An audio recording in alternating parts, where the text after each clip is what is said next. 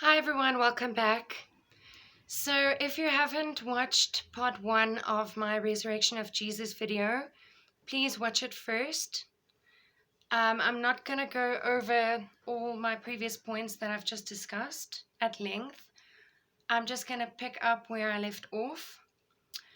So, we were busy discussing the various theories of what actually happened if Jesus did not, in fact, die on the cross. And I was busy discussing Joseph of Arimathea and how he asked Pontius Pilate whether he could have the body of Jesus.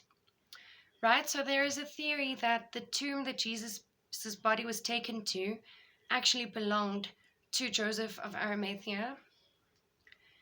So apparently, after Jesus was taken to the tomb, later that same day, Joseph of Arimathea went with Nicodemus to the same tomb, but they had with them a lot of herbs apparently, and these herbs are listed as aloe and myrrh.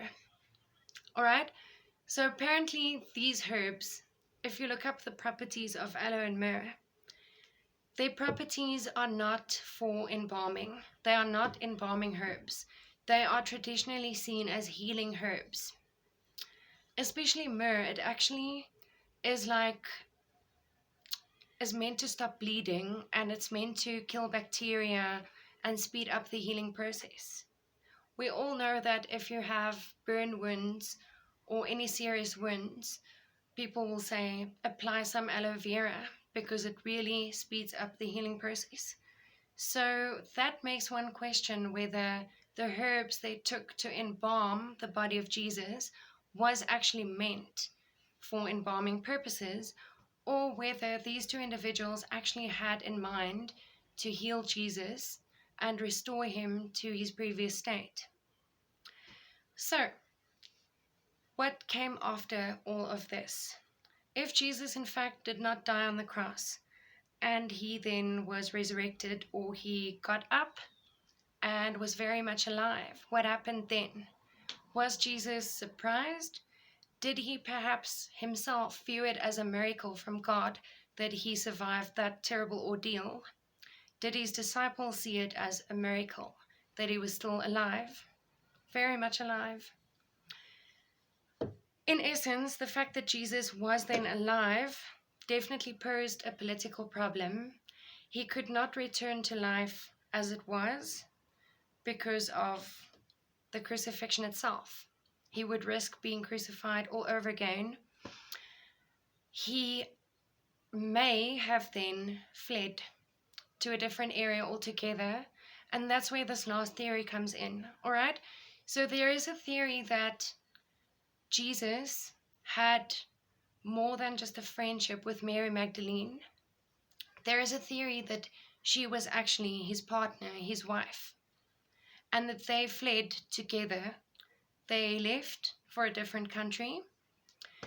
Now, that is also a big contradiction in itself, or a very confusing story, if you want to call it that, because some stories say that Jesus fled to France, but there is a proper account, according to a few articles and videos that I've looked into, that Jesus actually went to a place called Kashmir in the east.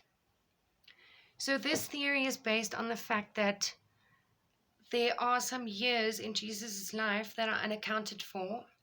The Bible does not mention anything about Jesus' life when he was a young boy up to when he first was seen as the Messiah, when he was first baptized by John the Baptist. So what happened during these last years? Now the theory, or the general idea, is that he went to the east and he preached there and he taught various miracles there, performed various miracles there and taught different things. And you could further substantiate by that theory by reading the Aquarian Gospel of Jesus Christ, which mentions a little bit about his last years. So then this theory about Jesus fleeing that area, fleeing the whole of Israel basically, and going to the east, that ties in with the theory that Mary Magdalene may have been more than just a friend to him, or a close disciple, a close follower. There's even a theory that he went on to have a family with Mary Magdalene, and that he eventually died, and that there is a tomb of his somewhere in that same Kashmir area. Now, we don't know how true any of this is. We don't know. I'm simply giving you speculation. I'm not an historian. I'm not a scientist. I'm not a religious scholar, although I did have religion as a subject at university level, I have to add. I don't know whether I believe this story fully or not, but to me, funny enough, it makes more sense than the biblical version, if you think about it.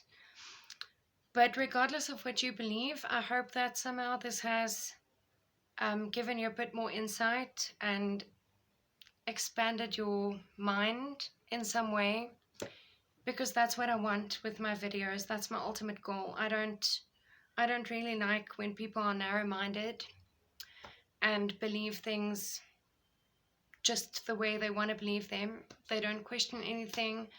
They are just staunch in their faith. Good for them. I'm not that type though. I love finding out more about life, love, religion, faith, etc., etc. And no matter what, I will always view Jesus as a brilliant teacher, an ascended master, someone who is the prime example of how people should behave, someone who is, like I said, pure, someone who really was a healer. And I think even where he is now in the spirit world, he's vibrating at that level of just divinity. And like I said, he's just the prime example of how a person should live. So thanks very much for watching this video, and I hope you guys enjoyed it. And thank you to all my new subscribers. I really appreciate all the support. Alright, bye for now.